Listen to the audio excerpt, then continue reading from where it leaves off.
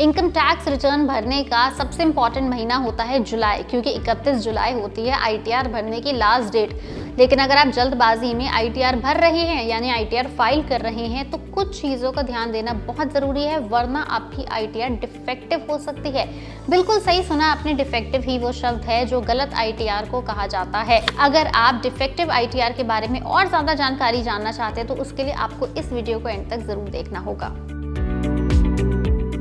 अगर आपकी income tax return defective हो जाती है तो आपको इनकम टैक्स डिपार्टमेंट की तरफ से एक नोटिस आ सकता है। हालांकि डिफेक्टिव इनकम टैक्स रिटर्न को सही करना बेहद आसान है। अगर इसे लेकर इनकम टैक्स का नोटिस आ जाए तो परेशान होने की आपको कोई जरूरत नहीं है। इनकम टैक्स एक्ट 1961 के सेक्शन 139(9) के तहत इनकम टैक्स डिपार्टमेंट आपको नोटिस भेजता है। नाम की स्पेलिंग, पैन और आईटीआर से मिसमैच ना होने पर आईटीआर डिफेक्टिव हो सकती है। गलत चालान नंबर डालें, अगर गलत असेसमेंट ईयर डाला, गलत टीडीएस रिटर्न भरा, आपके 26AS AIA या TIS फॉर्म में अगर कोई गलती हो जाए तो भी आपकी इनकम टैक्स रिटर्न डिफेक्टिव हो सकती है। इसके अलावा अगर इनकम और टीडीएस में मिसमैच होता है, टैक्स ऑडिट ना हो या फिर टैक्स की राशि से कम टैक्स की रकम भरने पर भी इनकम टैक्स रिटर्न डिफेक्टिव होती है। अगर आपका आईटीआर डिफेक्टिव हो गया है और किसी असेसमेंट ईयर में आईटीआर फाइल करने की लास्ट डेट नहीं निकली है तो आप revised income tax return file कर सकते हैं या फ्रेश आईटीआर भी फाइल कर सकते हैं। अगर आखिरी तारीख आ जाती है तो आपको नोटिस का जवाब देना होगा। इनकम टैक्स के रूल्स के मुताबिक कुछ सिचुएशंस में अपडेटेड आईटीआर भरने की सुविधा मिलती है। आपको 15 दिनों का वक्त मिलता है जिसमें आपको अपनी गलतियां सुधारनी होंगी।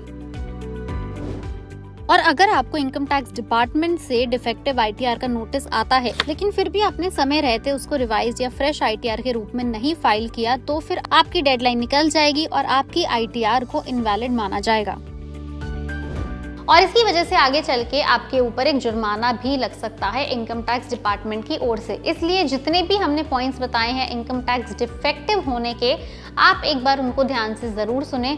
कोशिश करें कि जब आप इनकम टैक्स रिटर्न भर रहे हैं तो आपकी किसी भी डिटेल में मिसमैच ना हो। आप टैक्स का जो अमाउंट है वो एक बार पूरी तरह कैलकुलेट करके भर रहे हों और उसके बाद ही आप आगे प्रोसीड करें, क्योंकि अगर आपकी एक बार इनकम टैक्स रिटर्न इनवैलिड हो गई तो हो सकता है कि आपको उस पर्टिकुलर फाइनेंशियल ईयर में दूसरी बार इनकम टैक्स रिटर्न भरने का मौका ना मिले और बीच में आपका एक आईटीआर स्किप हो जाए। और ये तो आप अच्छी तरह से जानते ही होंगे कि अगर एक साल इनकम टैक्स रिटर्न आपकी स्किप हो जाती है तो आपको किसी भी तरह का लोन, क्रेडिट कार्ड या फिर फॉरेन का वीज़ा मिलना कितना मुश्किल हो जाता है। इसलिए कोशिश करिए आईटीआर भरते समय आप एकदम डिटेल अपनी टू द पॉइंट रखें एंड करेक्ट रखें। अगर आपको डिफेक्टिव आईटीआर या फिर आईटीआर से जुड़ा कोई भी सवाल है, आपको इन्फॉर्मेशन चाहिए तो आप हमें नीचे कमेंट सेक्शन में लिख के बता सकते हैं। अगर आपको वीडियो पसंद आई उसे लाइक करें, शेयर करें एंड ऐसी और इन्फॉर्मेशन के लिए हमारा चैनल पैसा लाइव जरूर सब्सक्राइब करें।